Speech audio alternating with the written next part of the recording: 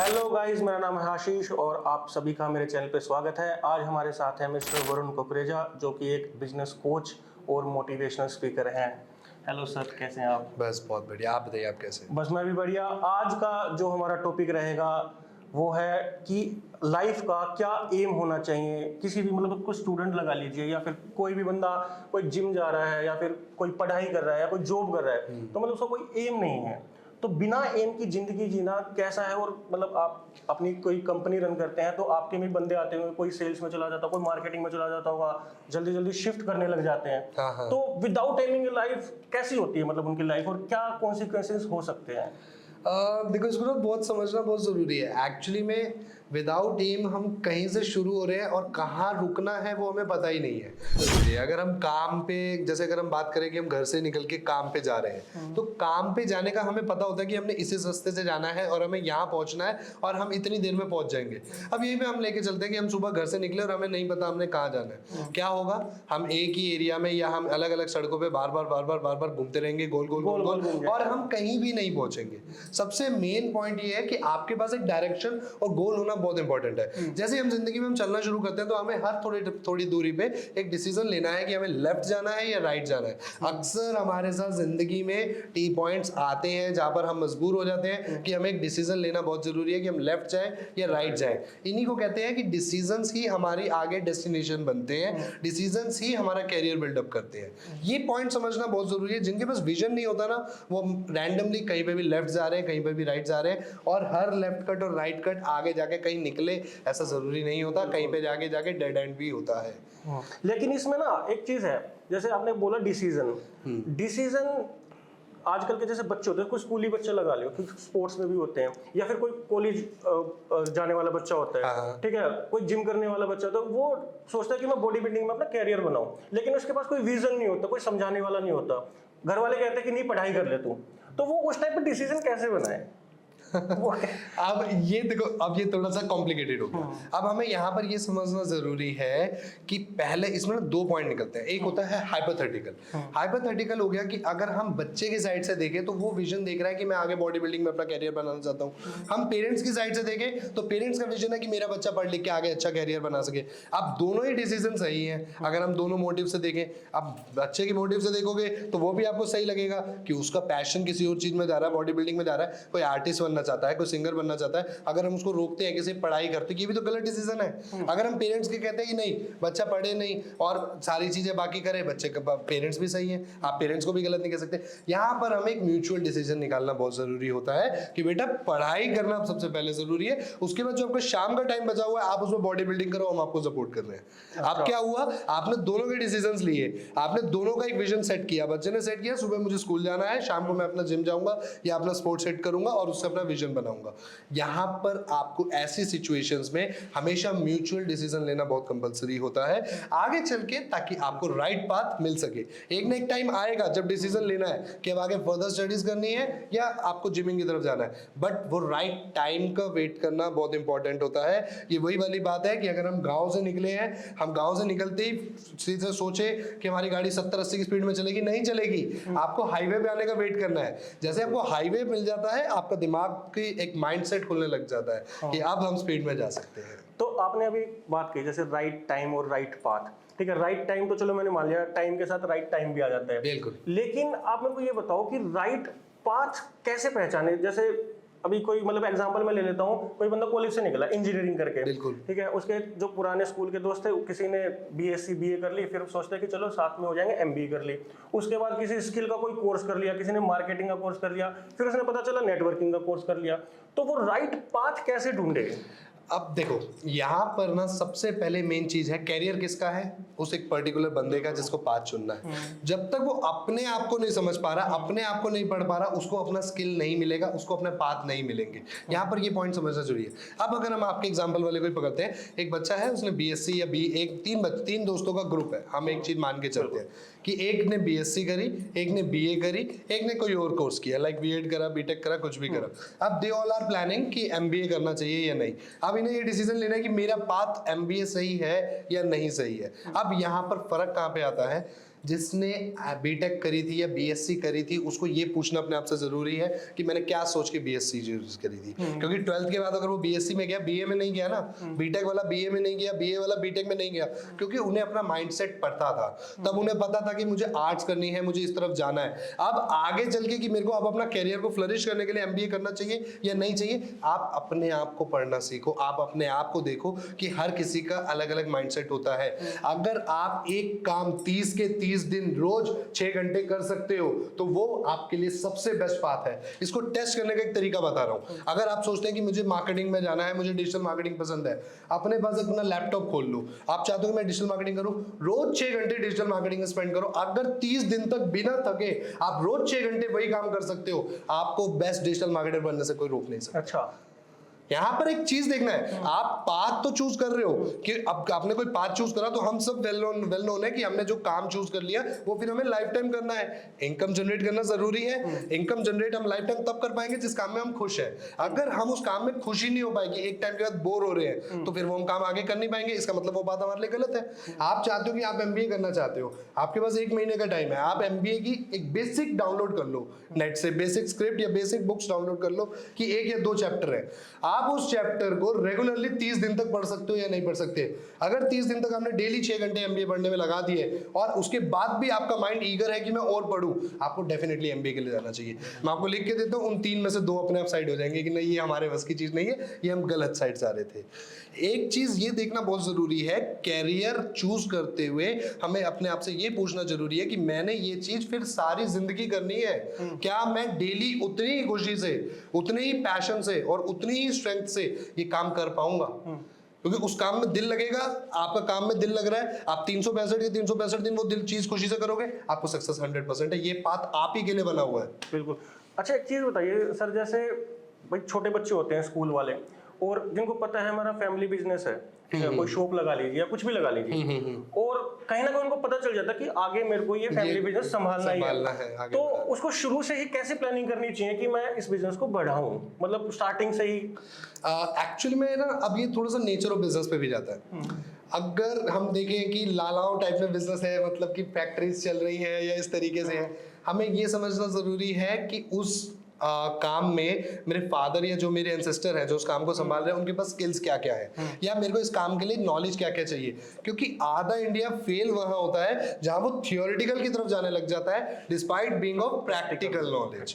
आपको practical knowledge जितनी ज्यादा आ जाती है, आप अपने एंसेस्टर्स के काम या अपना जो आपका जनरेशन का काम चला हुआ आ रहा है, आप उसको डबल कर जाते हो। अगर आप प्रैक्टिकल नॉलेज नहीं पकड़ते, क्योंकि हमें स्कूल और कॉलेजेस में आपको थियोरिटिकल सिखाया जाएगा, प्रैक्टिकल नहीं सिखाया जाएगा। किसी भी कॉलेज में ये नहीं सिखाया जाता कि अपनी फैक्ट्री कैसे रन करनी है, अपनी मशीनों के कैसे ध्यान रखनी है, अपनी लेबर का क्या कैसे ध्यान रखना है, ये नहीं सिखाया जाता। उन्हें ये सिखाया जाता है कि आपको बिजनेस कैसे मेंटेन करना है, क्रेडिट कितना है, डेबिट कितना है, आईटीआर क्या है, जीएसटी क्या है, ये तो आपको सिखा देगा। ये हो गई थियोरिटिकल।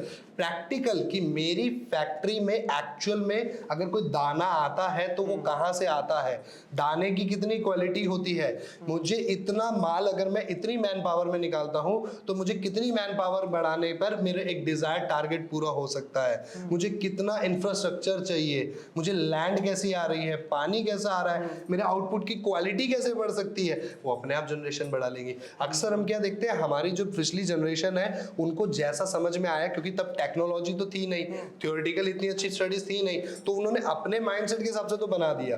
अब आज की जो जनरेशन आ रही है वो थ्योरी प्लस प्रैक्टिकल को मिक्स करके, जिसे हम कहते हैं टेक आईटी, उसके साथ आगे अपनी जनरेशन को काम, जनरेशन के साथ जो काम बनावाया उससे बूस्ट कर रही है, उसका रेवेन्यू डबल कर रही है। अब यहीं पर हम देखते हैं कि हमारा एक सपोज करते हैं, हम एग्जांपल लेके चलते हैं कि मेरे एक स्टूडेंट है, उसके जनरेशन का जो फैमिली बिजनेस चला आ रहा है वो शुगर केन जूस का है, कि गन्ने का जूस आता है, गन्ने आते हैं वहां पे, उसका जूस बन के उसकी पैकिंग करके, पैकिंग होके टेट्रा पैक में बाहर जाता है। फॉर एग्जांपल हम एक मान के देख रहे हैं। अब अब एक जो नया न्यू जनरेशन का वहां पे कैंडिडेट आया, उसने क्या किया, उसने मशीनरीज को अपग्रेड कर दिया। पहले जो मशीनरी थी वो मैनुअल पे चल रही थी। अगर आप अपने नियर बाय भी पूछेंगे देखेंगे तो गन्ने का जब जूस बनने वाले पे जाएंगे तो क्या है, वो मशीन हाथ से चला रहे हैं या उन्होंने जनरेटर वाली लगा रखी है जिसमें बीच में 2 रोलर घूम रहे हैं। अब वो बस उसे लूज करते हैं और टाइट करते हैं, वो इतना करते हैं। ऐसी ही मशीनें बड़ी बड़ी फैक्ट्रीज में भी लगी हुई है। अब उसने क्या किया, अपने लिए जापान से एक मशीन बनाई। उसमें क्या है, जैसे 2 रोलर है, अब ऐसे 2 4 6 8 रोलर है मशीन में एक साथ। अब आपने गन्ना डाला, उसमें पहली लेयर का भी काम हो गया, दूसरी वाली उससे और टाइट, तीसरी वाली और टाइट, चौथी वाली और टाइट। एक ही प्रोसेस में आपके गन्ने का पूरा जूस निकल गया, जितना लास्ट तक हम उसमें ड्रॉप तक निकाल सकते थे। यहाँ पे पहले कैसे हो रहा था उसकी फैक्ट्री में कि एक गन्ने को 3 से 4 बार घुमाया जाता था। आपकी मैन पावर कम हो गई, आपकी इलेक्ट्रिसिटी बॉन्ड कम हो गई, लेकिन आपने एक न्यू टेक्नोलॉजी को अपनाकर अपनी आउटपुट को 2.5x तक बढ़ा लिया। ये एक समझना बहुत जरूरी है। अच्छा, एक चीज और बताइए, जैसे कई बंदे होते हैं, ठीक है, उनको मान लो सपोज करो उनको नहीं पता अपने एम में क्या करना है, उन्होंने जैसे तैसे करके भाई परिवार वालों को भी पैसे देने होते हैं, जैसे तैसे करके जॉब पकड़ ली, फिर भी उनको एम का नहीं पता होता। तो ये वही वाली बात होगी कि विदाउट एम जो हमारी लाइफ होती है वो विदाउट ड्राइवर की तरह होती है। तो आप अपनी कंपनी में जैसे कोई बीटेक करा हुआ था और वो सेल्स में लग जाता है, तो उन जैसे बच्चों को आप मतलब क्या गाइडेंस देना चाहते हैं कि उनको क्या करना चाहिए मतलब उस चीज के लिए? अब देखो, कहीं ना सबसे मेन पॉइंट ये आता है, अक्सर जो मैंने अपने यहाँ देखा ना, कि जब वो बीटेक करा हुआ बंदा आज सेल्स अगर कर रहा है तो कहीं ना कहीं वो इसलिए कर रहा है क्योंकि उसके ऊपर रिस्पॉन्सिबिलिटीज आ गई। क्योंकि हमें ये अब एक्चुअली में क्या है, किसी भी प्रॉब्लम का सॉल्यूशन तब पता कर सकते हैं जब आपको उसका पास्ट पता हो, कि पास्ट की हुई गलतियों को प्रेजेंट में सुधार के ही फ्यूचर बनाया जा सकता है। ये हमें समझना जरूरी है। अब एक ने हायर एजुकेशन करी, डेवलपर लाइन में गए, बीटेक में गए, इंजीनियरिंग लाइन में गए, कहीं पे भी गए, और आज वो अपनी उस लाइन की जगह दूसरी लाइन में है, तो सबसे पहला पॉइंट ये था कि उसने उस टाइम पर अपने करियर को सीरियस नहीं लिया। आज अगर उसके ऊपर रिस्पॉन्सिबिलिटीज आई हैं तभी कोई कैंडिडेट स्विच करता है, नहीं तो जल्दी से खुशी खुशी कोई कैंडिडेट दूसरी फील्ड में जाता भी नहीं है। अब ऐसे टाइम पर उस कैंडिडेट को सिर्फ और सिर्फ सपोर्ट चाहिए होता है, वो होता है एक सपोर्ट और एक राइट गाइडेंस। अब आपने कहा कि उसे गाइडेंस कैसे देनी है और क्या चीजें देनी है। सबसे पहले ना, अगर मेरे पास कोई मेरी कंपनी में आता है और वो अच्छे से अपना आगे फ्यूचर बनाना चाहता है, क्योंकि सबसे पहले एम्प्लॉय के अंदर भी भूख होनी चाहिए। अगर कोई सीखना ही नहीं चाहता, जैसे भी आपने बताया कि उसके पास कोई विजन नहीं था, अगर वो कोई विजन बनाना ही नहीं चाहता तो उसको दुनिया की कोई ताकत विजन नहीं बना सकती उसका। अगर वो बनाना चाहता है तो हम सबसे पहले उसके स्किल्स को देखना चालू करते हैं, despite being of his theoretical knowledge और एजुकेशन, कि उसने क्या एजुकेशन ली है मैं उसको नहीं देखता, मैं ये देखता कि इसने अब तक लाइफ एक्सपीरियंसेस क्या क्या लिए हैं। अच्छा। इसने अपने अंदर क्या क्या स्किल्स हैं जो सीखे हैं। एक मूवी आई थी अक्षय कुमार की, चांदनी चौक टू चाइना, उसमें भी एक लाइन बहुत अच्छी कही गई है, मुझे आज तक याद है, कि मुझे उस चीज से खतरा नहीं है जिसको मुझे उन 100 स्टेप से खतरा नहीं है जिनको तुमने प्रैक्टिस एक बार किया है, मुझे उस एक स्टेप से खतरा है जिसको तुमने 100 बार प्रैक्टिस किया है। जब ऐसे ही हमें कैंडिडेट का प्रैक्टिकल स्किल्स, उसकी प्रैक्टिकल लाइफ कैसी रही है वो देखते हैं ना कहीं हर कैंडिडेट, जैसे ऊपर वाले ने भी कहा है, हर किसी के अंदर, हम में से हर किसी के अंदर कुछ ना कुछ खास है। हर कैंडिडेट के अंदर एक ना एक ऐसा स्किल जरूर निकलता है जिसको वो यूटिलाइज करके अपना लाइफ आगे बढ़ा सकता है और अपने किसी भी बात में वो अपना फ्यूचर जनरेट कर सकता है। अच्छा, एक है ना बहुत पुरानी कहावत भी है, मेरे को ये नहीं पता कि किसने बोला था, लेकिन एक ने बोला था कि अगर आपको अपना ना लाइफ का एम अगर पता चल जाए ना तो आपका एक ना नया जन्म हो जाता है। तो बहुत सारे लोगों को ना 30 के करीब अपना एम का पता चलता है, स्टार्टिंग में नहीं चल पाता। तो जैसे 30-35 के अराउंड अगर कोई जॉब कर रहा है तो उस टाइम पे भी अपना वो कैरियर या एम सेट कर सकता है, नया एम बिल्कुल कर सकता है। अब जैसे हमने कहा कि जैसे एक बंदे को अपना एम मिल जाता है तो उसकी नई लाइफ शुरू हो जाती है। आपको पता है ऐसा क्यों कहा गया है? नहीं, मैं बताता हूँ। एक्चुअली में हमने आज तक क्या गलतियां करी जिंदगी में, क्या पाया और क्या खोया, ये सब हमें कौन बताता है? हमारा माइंड, हमारा दिमाग बताता है। दिमाग ने रिकवरी कर रखी है ना, दिमाग ने रिकॉर्डिंग कर रखी है ना सारी, जैसे ही आपको कोई एम मिलता है, अक्सर हमेशा हम ये देखते हैं हमारा माइंडसेट, हमारा थॉट प्रोसेस ही कंप्लीटली चेंज हो जाता है। हमारा जीने का तरीका, हमारे सपने, हमारा एम्बिशन, हमारा एम सब चेंज हो गया। तो ये नया जन्म ही तो हुआ। आज हमें पुराने जन्म का कुछ याद नहीं है, तो ये हमारा नया जन्म है। अगर मुझे पता होता मैं पुराने जन्म में शाहजहां था, तो आज भी मैं उसी तरीके से जी रहा होता, उसी सोच को रख रहा होता कि हाँ मुझे एक ताजमहल और बनवाना है, तो आज भी मेरे अंदर कहीं ना कहीं वो चीज होती। ये चीज समझना जरूरी है। हमारी लाइफ का हमें, हमारे फेलियर्स, हमारे पॉजिटिव पॉइंट्स, हमारी फैमिली, ये सब हमें हमारा माइंड बताता है। जैसे ही हमें एक एम मिलता है, एक बंदा है वो गोल गोल गोल गोल घूमे जा रहा है, उसके पास कोई एम नहीं है, उसकी माइंडसेट बिल्कुल ब्लॉक है। जैसे ही उसे एम मिला, मुझे इस कट से राइट होकर बिल्कुल डायरेक्शन में सीधा जाना है, उसका माइंडसेट चेंज हो गया। अब उसकी हॉबीज चेंज होने लग जाती हैं, उसकी डेली का जो लाइफस्टाइल है वो चेंज होने लग जाता है, आगे की ड्रीम्स चेंज होने लग गई। तो कहीं ना कहीं वो उसका अगला जन्म हुआ। और यस, ये किसी भी एज में हो सकता है, और एक्चुअली में होता भी है। जब हम पैदा होते हैं, जब हम यंग जनरेशन होते हैं, that is for 9th and 10th, तब हमारी थॉट प्रोसेस अलग होता है। अक्सर आप देखेंगे हर बच्चे का बचपन में वो कहता है मुझे डॉक्टर बनना है, मुझे लॉयर बनना है, या कुछ जैसे भी उसने एक गोल सेट किया। लेकिन आप ग्रेजुएशन होते होते कहीं ना कहीं 90% बच्चों के एम बदल जाते हैं। नहीं, अब मुझे सिंगर बनना है, अब मुझे यहाँ जाना है। तो ये क्या है? 8th में कुछ था, 10th में कुछ हुआ, 12th में कुछ हुआ, कॉलेज ग्रेजुएशन के बाद क्या हुआ? ये नया जन्म हो रहा है। नया जन्म हमारा नहीं, हमारे दिमाग का हो रहा है। जब उस लेवल पे, जब हम उस सेगमेंट्स में बड़े ग्रो होते होते अपना माइंडसेट चेंज कर सकते हैं, अपने एम चेंज कर सकते हैं, तो 30-35 में क्यों नहीं?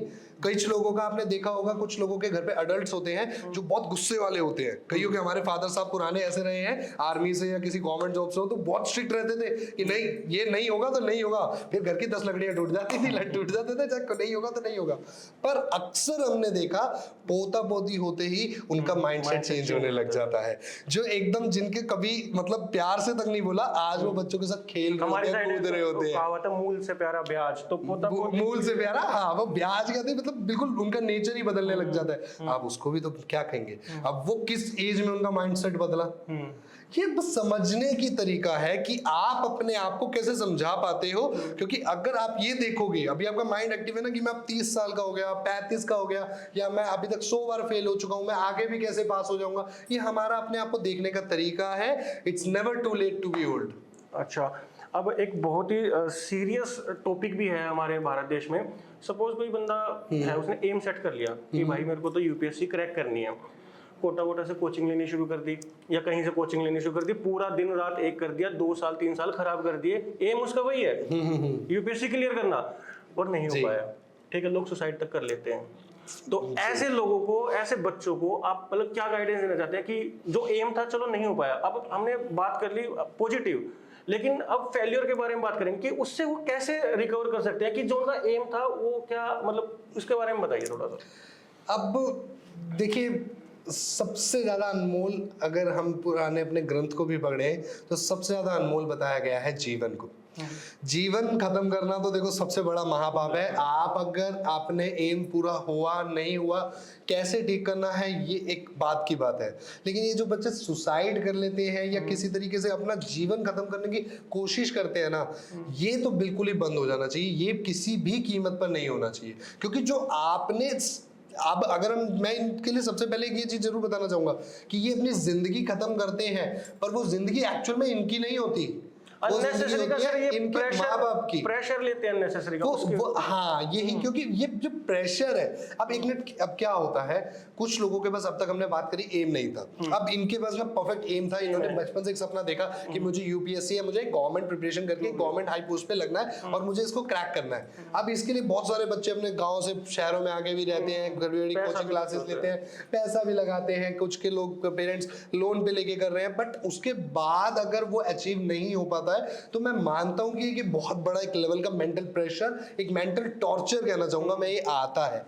पर आप यहां पर एक चीज सबसे मेन जरूरी है कि आपको अपने ऊपर विश्वास रखना भी बहुत जरूरी होता है। आपने एक एम बनाया, मैं मानता हूं दर्द होता है, लेकिन दर्द हमेशा आपको बेहतर बनाता है, कभी आपको खराब नहीं करता। अगर ये आपके हाथ में होता है कि आप उस दर्द को किस तरीके से ले रहे हो। अगर आप ये कहते हो ये दर्द आते मेरी जिंदगी खत्म, तो वो सुसाइड वाला पॉइंट आ जाता है। अगर आप ये कहते हो आज ये दर्द आया, आज ये मेरे पास इतना बड़ा फेलियर है, इसका मतलब मेरे लिए कुछ ऊपर वाले ने और अच्छा प्लान किया हुआ है, मेरी डेस्टिनी मुझसे कुछ और चाहती है। जब आप अपने आप को ये फील कराते हो तो आपके पास ये जो मेंटल टॉर्चर है, ये टेंशन है, ये आपको इतनी सी लगने लगती है। मैं हर किसी बच्चे का थोड़ा दुख समझ सकता हूँ कि अपनी जिंदगी के यंग एज के 4 साल देना, 5 साल देना एक बहुत बड़ा बात है, बहुत बड़ी बात है, क्योंकि अब तक क्या है, जो उसके साथ की जनरेशन है वो कहीं आगे निकल चुकी होती है। एक्चुअली मैं खाता ज्यादा ये है कि मैं तो कुछ नहीं कर पाया, पर जो मेरे साथ के थे वो तो फिर भी कहीं निकल गए। लोगों ने जो ताने मारे थे वो याद आने लगते हैं, जिन्होंने आप पे विश्वास नहीं किया था वो भी याद आने लगता है। तो वो प्रॉब्लम आती है। पर एक माइंडसेट जब आप अपना एम बनाते हो, चाहे यूपीएससी का, चाहे आप किसी और चीज का भी बना रहे हो, लेकिन एक माइंडसेट ये भी रखना है कि अपनी डेस्टिनी और अपने ऊपर वाले परमात्मा पर भी विश्वास रखना बहुत जरूरी है। अब हमेशा कहा गया है कि अगर आपकी डेस्टिनी में कुछ अच्छा होगा और आप किसी छोटी चीज के लिए भाग रहे होगे तो ऊपर वाला अपने आप आपके रास्ते मोड़ता है, क्योंकि उसके प्लान आपके प्लान से ज्यादा बेहतर है। वहां पर हमें ये समझना जरूरी है। प्लस एक तो ये बच्चे के लिए हुआ, दूसरा पेरेंट्स को भी अपने बच्चों को समझना बहुत जरूरी है। कुछ जगह पे बच्चे इसीलिए सुसाइड करते हैं कि वो अपने पेरेंट्स को क्या शक्ल दिखाएंगे, अपने गांव में क्या शक्ल दिखाएंगे, वहां पे बहुत ज्यादा आ जाती है। पेरेंट्स को भी ये समझना बहुत जरूरी है कि अगर बच्चे का यहाँ पे नहीं हुआ है तो उसके लिए कहीं ना कहीं कुछ और ऑप्शन है। अभी बहुत सारे ऑप्शन है, अभी कुछ नहीं हुआ। यहाँ पर हम देख रहे हैं कि मेरे ही ऑफिस में कई बार इंटरव्यूज में 40-45 ईयर्स के भी आते हैं। अभी मैं आपको कल का ये किस्सा बताता हूँ कि हमारे यहाँ पे एक सोशल मीडिया एग्जीक्यूटिव जो फेसबुक और इंस्टाग्राम के प्लेटफॉर्म करते हैं, एक 42 इयर्स की लेडी आई थी और वो अपना सेल्फ का आज तक बेकरी का बिजनेस करती आ रही थी, बट किसी वजह से उनको अपने बेकरी के बिजनेस में लॉस हुआ, तो वो आज अपने आप को स्विच कर रही है। आपने सुना 42 इयर्स की एज पे वो एक as a fresher digital marketing में सोशल मीडिया में एंटर कर रही है।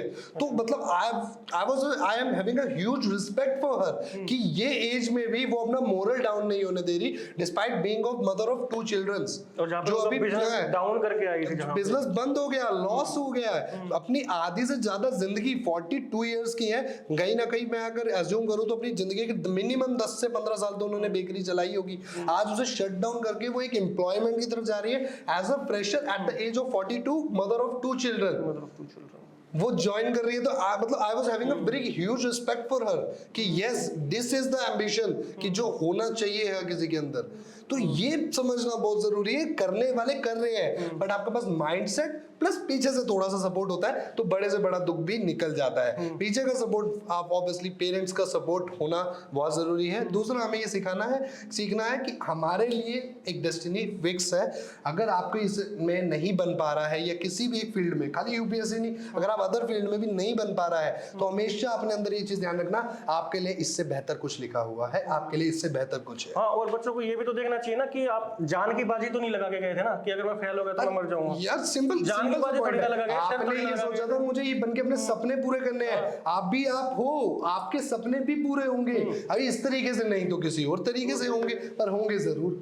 तो ये समझना बहुत जरूरी है। हाँ, और एक और चीज आती है, जैसे भाई बच्चों ने सेट कर लिया जैसे कैरियर अपना, कुछ मैं तो स्पोर्ट्स में जाऊंगा, हाँ ठीक है, मैं मेरा एग्जांपल है तो मैं अपने स्पोर्ट्स में नेशनल चैंपियन रहा हूँ, ठीक है, मेरा पढ़ाई में इतना मन नहीं लगता था, लेकिन अच्छा। मेरे घर वाले तो मेरे को इंजीनियर बनाना चाहते थे और मैं आज के टाइम में इंजीनियर हूँ, मैं स्पोर्ट्स में नहीं जा पाया, ठीक है। तो उसमें क्या करें कि मतलब पेरेंट्स कुछ बनाना चाहते हैं बच्चों को और बच्चा कुछ बना, हालांकि बच्चों को नहीं पता होता, ठीक है, कोई बात नहीं, लेकिन पेरेंट्स को भी अपने बच्चे का मतलब एम किस तरीके से सेट करना चाहिए और क्या उन पर किस तरीके से प्रेशराइज नहीं करना चाहिए कि मतलब जैसे पढ़ाई में अच्छा नहीं था लेकिन फिर भी मेरे को इंजीनियरिंग करवाई गई, 4 साल की बीटेक होती मैंने 7 साल में कंप्लीट करी। तो उस चीज में कैसे मतलब पेरेंट्स को क्या गाइड करोगे? देखो, मेनली पेरेंट्स के लिए ना आज की डेट में सबसे बेस्ट एडवाइस यही है कि आपको पेरेंट्स से पहले फ्रेंड बनना बहुत जरूरी है। अगर आप अपने बच्चे को नहीं समझोगे तो कोई और थोड़ी समझेगा, और कौन समझेगा। कहीं ना कहीं हमें यंग जनरेशन से ही पेरेंट्स को हिंट्स मिलना शुरू हो जाते हैं कि बच्चा किस तरफ जा रहा है। अब हमने कई बार अक्सर मूवीज में भी देखा है कि छोटा सा बच्चा फ्रिज खोल के बैठा है या छोटा सा बच्चा चेस खेलने लग जाते हैं, कहीं ना कहीं जो माइंड से शार्प होते हैं कि ब्रेन से हाँ ये तो बड़ा हो गया यही बनेगा। हमारे इंडियन फैमिलीज में कहा भी जाता है ये अभी से डंडा लेके घूम रहा है, ये बड़ा होकर पुलिस में जाएगा, ये बड़ा होकर कहीं ना कहीं आर्मी में जाएगा।